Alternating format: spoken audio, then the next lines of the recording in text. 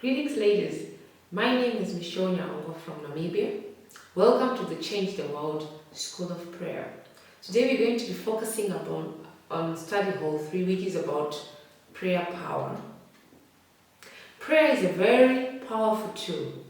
Many books have been written about prayer, but unless we choose by an act of our will to pray, we will never learn or understand prayer. There are several important premises concerning the power of prayer. A premise is something considered obvious because of the evidence to support it. Premise number 1. The power of prayer is actually the power of God released through prayer. When we speak of the power of prayer, it is important for Christians to understand that we are speaking actually of the power of God released through prayer. Some mistakenly credit spiritual gains and victories only to prayer rather than to God who answers prayers. Yes, it's true, prayer releases the power to bring these results, but God is the source of that power. Prayer power is unlimited. There is enough of God's power available to answer every prayer in His will. Wow. Prayer is as vast as God because He has committed Himself to answer it. Prayer is the output of what God can do. When we read from the book of Job, chapter 33, verse 26, it says, "Then that person can pray to God and find favor with Him. They will see God's face and shout for joy. He will restore them to full well-being." In the same Bible, when we look at the book of Jeremiah, chapter 29, verse 12, "Then you will call to me and pray to me, and I will listen to you." Premise number 2. The power of prayer is all-inclusive. When prayer is properly understood and developed, it can reach beyond any mountain.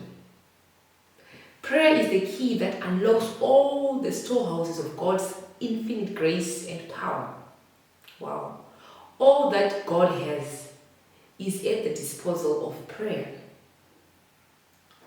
Prayer can penetrate places where no other power can reach, and there is no situation or a problem too greater for the power of prayer. Wow. It leads to all blessings, taps all God's power. It brings the prayer warrior into the very presence of God Himself. There are vast possibilities of prayer which I've lined up. Number 1, wisdom. Number 2, knowledge.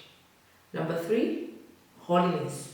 Number 4, heaven is at the command of prayer. Number 5, nothing is outside prayer. Prayer is a summit meeting in the very throne room of the universe. There is no higher level, to be sure. All of heaven and all its blessings lay ready for accusation before the praying creation. When you read in the book of Psalms chapter 2 verse 8, it says, "Ask me and I will make the nations your inheritance, the ends of the earth your possessions." Premise number 3.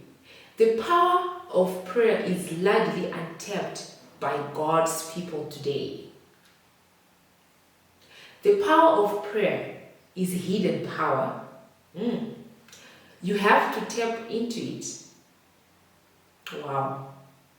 It is resident in believers, waiting only to be harnessed. Remember, Jesus lived in each of us, and He has all the power in heaven and on earth among His children. When we read in the book of Matthew chapter 28 verse 18, it says, "All authority in heaven and on earth has been given to me. So, Christians have God's power ready to be tapped by believing in prayer. We have it. Someone can be asking, how can I tap into this power? Well, the untapped power of God is only found in waiting before God in prayer. There are so many possibilities and many avenues to utilize prayer to achieve many unlimited possibilities. Well, in my conclusion, why wait on exploring this powerful tool that God has given us? Many people in the Bible prayed for breakthroughs. We have read about the man called Moses. He prayed and the Red Sea parted. Job prayed and the Lord restored his fortunes. David also prayed and he was strengthened. Esther prayed and God preserved a generation. Wow. Hannah prayed and she received a son. Jesus, our greatest role model, also prayed. And Jesus says in the book of 1 Thessalonians chapter 5 verse 17, pray continually. I encourage you ladies, let us continue to hold on. May God bless you.